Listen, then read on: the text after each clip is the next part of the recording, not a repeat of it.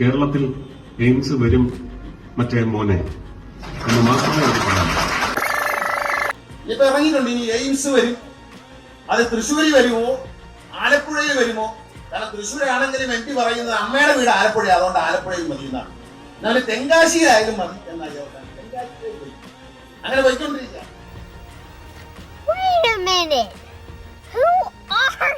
കേരളത്തിൽ എയിംസ് വരും മറ്റേ മോനെ എന്ന് മാത്രമേ അത് പറയാൻ.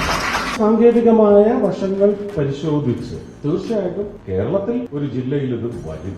അത് വരും എന്ന് പറയുന്നത് ആരെയൊക്കെയോ ഭയപ്പെടുത്തുന്നുണ്ടെങ്കിൽ അവർ ആ ഭയത്തിൽ മുങ്ങിയൊന്നും മതിക്കട്ടെ. എയിംസ് കേരളത്തിൽ വരുമെന്ന് പറയുമ്പോഴേ അങ്കലാപ്പിൽ പൂണ്ട് പുച്ഛം അവതരിപ്പിക്കും. അത് അവരുടെ എന്താണ് DNA, അതങ്ങനെ അവർ ചെയ്തുകൊണ്ടേ ഇരിക്കട്ടെ.